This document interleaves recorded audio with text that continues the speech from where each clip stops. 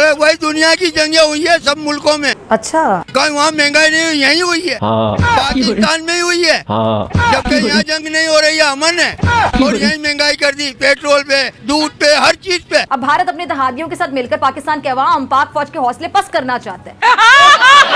आए दिन इन्हीं साजिशों में लगा रहते हैं।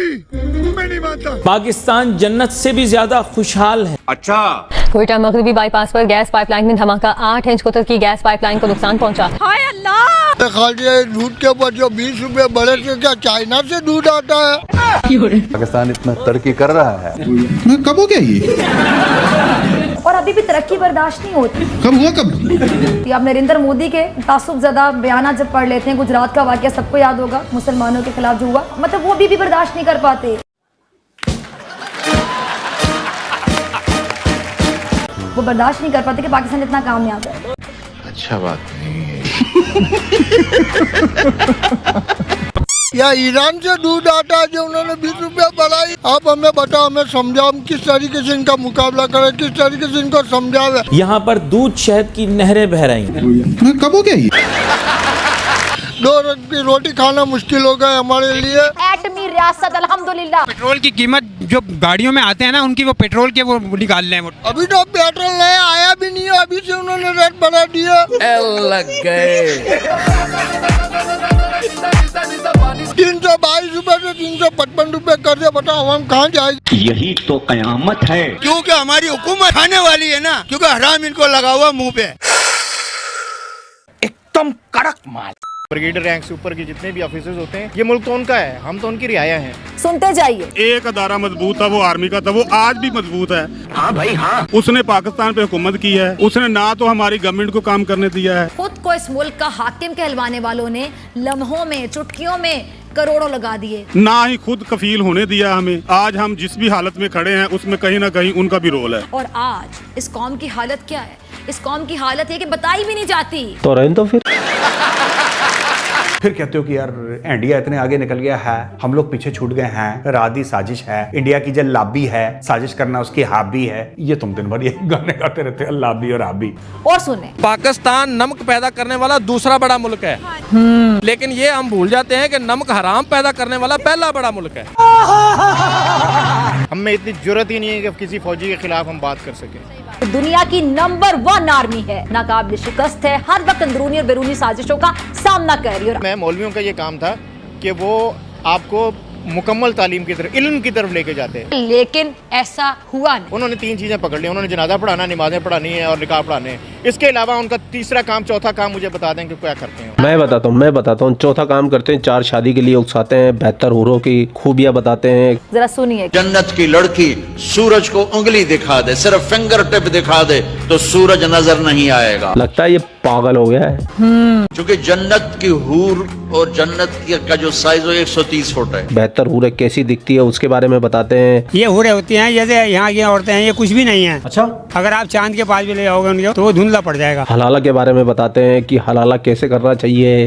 लिबास पहने होंगे फिर भी जिस्म नजर आ रहा होगा, और कई दूसरी तरह की बातें की जाती हैं जिसमें ये लगता है कि बहुत ही मतलब सिर्फ मर्दों के लिए ही जन्नत बनाई गई है। हलाला हलाला हलाला हलाला। हलवा खाएं और सो जाएं। कितने हलाला सेंटर बना रखे हैं, सारे मौलाना हलाला करने के अंदर एक्सपर्ट माने जाते हैं। क्या बात कर रहे हो जनाब, बहुत कुछ काम करते हैं मौलाना तो, और सबसे बड़ा काम ये करते हैं कि अपने माशरे को, अपने समाज को जाहिल बनाते हैं। इतना बड़ा काम करते हैं, हल्के में मतलब मौलाना को। हम सबके बाप हैं, बातों में नहीं हकीकत में है। सुबह सुबह चढ़ा ली है क्या? कश्मीर लेने जाना है और मेरी आंखों में देख लो। मैं हासा और मजाक नहीं करता, ना नशा किया हुआ है। किसी को यकीन आता है या नहीं आता, मैं कश्मीर जिस दिन लेने गया ना, कश्मीर को मैंने पुलिस वाली गाड़ी के बीच में बैठा के ना, और पुलिस वाली गाड़ी को कीड़ी की डाल के ना पाकिस्तान में ले आना है। बेवड़ा कहीं का। चला रे। आपको पता है ना, जब ये फंसते हैं तो झूठ बोल देते हैं। इसहाक डार ने 2014 में पार्लियामेंट में खड़े होकर कहा जी कि 200 अरब डॉलर स्विट्जरलैंड के अकाउंट में पड़े हुए हैं और हमारी बातचीत हो रही है और आ जाएंगे। बाद में ये सारा मुद्दा डाल दिया गया जी मुराद सईद ने कहा था 200 अरब डॉलर हम लेकर आएंगे। मुराद सईद ने इसहाक डार की बात का कहा था कि 200 अरब डॉलर अगर पड़े हैं तो हम लेकर आएंगे। ये तो इमरान खान की हुकूमत आई तो वहां कुछ था ही नहीं, गायब हो चुके थे पैसे। ये चालाक लोग हैं, जब फंसते हैं इस तरह के नारे लगा देते हैं। अब कह रहे हैं जी 100 अरब डॉलर हमारा यूएई में पड़ा हुआ है पाकिस्तानियों का, हम 20 अरब डॉलर अभी लेके आने लगे हैं। तो पाकिस्तान की सत्ते खैरा कोई टेंशन नहीं है। एक तो ये बात कर दी है। एक कहानी ये डाली जा रही है कि सऊदी अरब से 5 अरब डॉलर लेने की बात हो रही है, यानी जितने पाकिस्तान पैसे देगा सऊदी अरब से उतने पैसे हमें मिल जाएंगे। और मैंने आपसे कहा था सब्र कर, जिस मुल्क से हमें पैसे मिलेंगे अगर मिल जाते हैं तो हमें पता चलेगा कि असल कहानी क्या है और यूएई के साथ ताल्लुकात खराब होने की असल वजह। ठीक है, वजूहात है कि हिस्ट्री से अगर हम देखें तो हम अपने आप को बड़ा ही काबिल कहते हैं, अफजल कहते हैं, हर चीज से रिलेटेड हम कहते हैं हम इंडिया से बहुत ऊपर है। लेकिन फिर भी एक्चुअल में देखा जाए तो इंडिया कहने से पहले मनवाता है कि मैंने ये करके दिखा दिया। क्या डिफरेंस है इंडिया और पाकिस्तान? इंडिया ने ये किया था कि अपनी जो अफवाज हैं उनसे ये कहा कि आप अपने जो कंटोनमेंट्स की हदूद हैं वो शहरों से निकाल लो। अगर एक भी वर्दी वाला हमें शहर में नजर आ गया तो हम आपको शूट कर दें। उन्होंने जितनी फौजी हदूद थी वो